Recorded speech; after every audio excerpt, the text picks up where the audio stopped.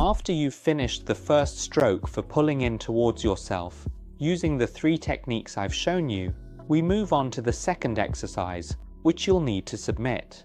That is, you'll need to do the outward flick. Of course, I have to say up front, this outward flick is a bit tricky, isn't it? It's a bit difficult. Even for me, after doing it many times, there are still moments when my hand shakes, because when you flick out, it's not a natural movement. But here's some good news for you. If you can't manage the outward flick, as long as you can do the inward stroke towards yourself, you can still master the hypermicroblading technique. However, as I've said, I still want to push you all to improve, so do your best, keep practicing, and try to overcome this challenge. If you set a goal and keep pushing through, you'll succeed. And if you can't quite master the outward flick, it's not a big deal. You only need to pull inwards to still complete the brow. Now, here's where you place your finger, put it here, and then do a test stroke for me. Relax your hand, do a test stroke, moving from the bottom upwards, applying a steady pressure like this. Just try it out for me and see if you get a clean line. Now, I'll wipe this stroke off to show you. If you've succeeded, the inward stroke will still be sharp and won't stray. The stroke will be smooth and soft like this. If you've achieved that, you've succeeded, so just keep practicing. Do you need to hold your breath? No, you don't need to hold your breath. I'm still talking to you as normal. But you know, this is a bit like a heart-to-heart with my students. It's a bit like meditating, you know? We need to calm our minds and really focus.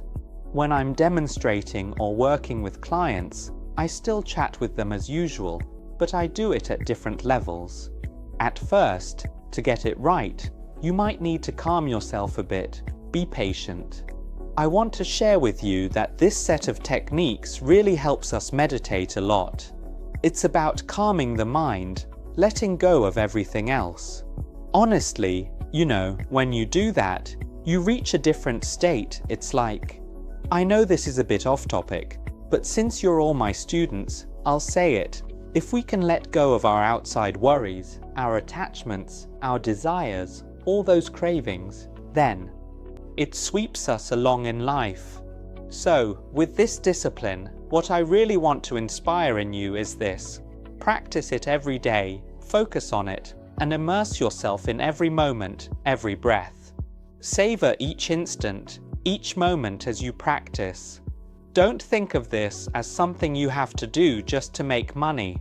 If you think like that, it'll feel exhausting and burdensome. But if you see it as a way to connect with someone, if you can connect with just one person and make a new acquaintance, then we're all teachers to each other. We're getting to know one another, building a community.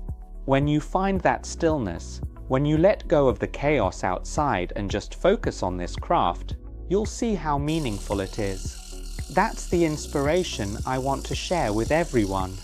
Now, let's give it a try. Let's calm ourselves a bit, take a deep breath in, and then let it out.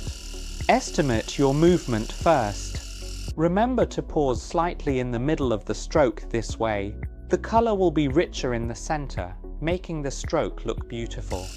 Here, I'll wipe it for you to see. My strokes look just like real hairs. Honestly, I really like the strokes that flick outwards.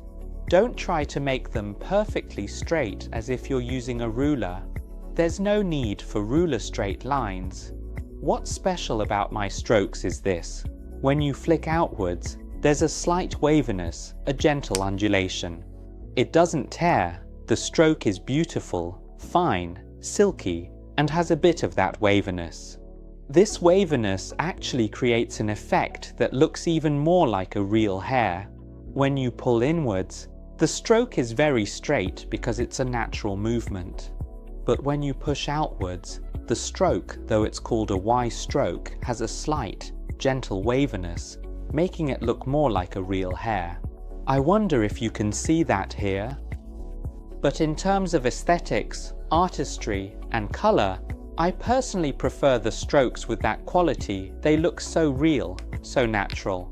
I'm sharing this with you as part of my experience and knowledge. I don't want our lessons to be too dry or rigid. I want to exchange ideas with you in a way that's... Can you see it? There's more interaction between teacher and student this way. I hope you enjoy this sharing. Okay, thank you all. This is the simplest lesson for handling the machine, but it's also the most basic and hardest. If you get through this lesson, then move on to the S-stroke lesson R, the E and S strokes, then feathering, or the circular pen technique, you'll be able to do it all. Once you've mastered these, you can move on to this stroke lesson. Yes, we'll start working on this stroke lesson, and after that, you'll reach a new level doing Jin Mina Kang. Then you'll observe how to work on real people. Wishing you all success in your studies.